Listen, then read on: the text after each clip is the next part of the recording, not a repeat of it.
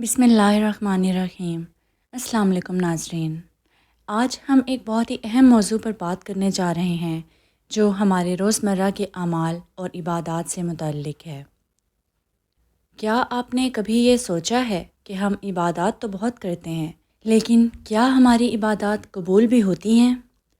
کیا آپ جانتے ہیں کہ نبی کریم صلی اللہ علیہ وسلم نے فرمایا کہ 3 لوگوں کی نہ نماز قبول ہوتی ہے نہ کوئی نیکی۔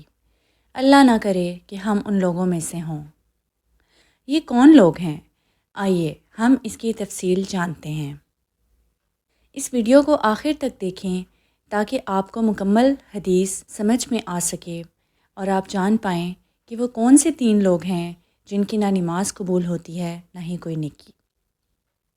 ناظرین، حدیث کے مطابق پہلا شخص وہ ہے جو اپنے مالک سے بھاگا ہوا غلام ہو۔ اسلام میں غلامی ایک نظام کے تحت تھی اور غلاموں کے حقوق کا بہت زیادہ خیال رکھا جاتا تھا۔ بھاگے ہوئے غلام کی نہ نماز قبول ہوتی ہے نہ ہی کوئی نیکی، کیونکہ وہ اپنے فرائض سے بھاگ رہا ہوتا ہے۔ اللہ تعالیٰ نے قرآن کریم میں بھی فرمایا ہے، اور جو تمہارے مالکان ہیں ان کے حقوق کا خیال رکھو۔ ناظرین، دوسرا شخص وہ ہے جس عورت کا شوہر اس سے ناراض ہو۔ تو دیکھیے یہ کتنی اہم بات ہے کہ وہ بیوی جس کا شوہر اس سے ناراض ہے، اس کی نہ تو کوئی نیکی قبول ہوتی ہے اور نہ ہی کوئی نماز قبول ہوتی ہے۔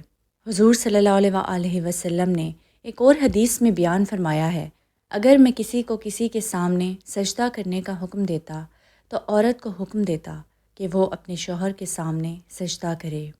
ایک صالح عورت کو چاہیے کہ وہ اپنے شوہر کی رضا حاصل کرنے کی کوشش کرے اور اس کے حقوق کا خیال رکھے۔ شوہر کی ناراضگی کی حالت میں عورت کی عبادت اللہ کے نزدیک قبول نہیں ہوتی۔ یہ اس بات کی ترغیب ہے کہ میاں بیوی اپنے تعلقات میں بہتری لائیں اور ایک دوسرے کے حقوق کا خیال رکھیں۔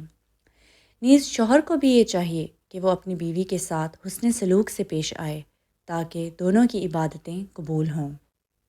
شوہر اور بیوی کا ایک دوسرے کے حقوق کا خیال رکھنا اور ایک دوسرے کو راضی رکھنا نہ صرف دنیاوی زندگی کے لیے ضروری ہے بلکہ آخرت میں بھی کامیابی کا ذریعہ ہے۔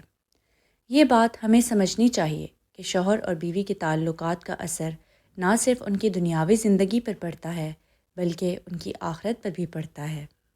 اور تیسرا شخص وہ ہے جو نشے میں ہو۔ نشہ انسان کو اللہ کی عبادت اور ذمہ داریوں سے دور کر دیتا ہے۔ حدیث شریف میں آیا ہے کہ جو شخص شراب پیتا ہے اس کی 40 دن تک نماز قبول نہیں ہوتی۔ نشے کی حالت میں انسان اپنے اعمال اور نیکیوں کا شعور نہیں رکھتا، اس لیے اس کی عبادت قبول نہیں ہوتی۔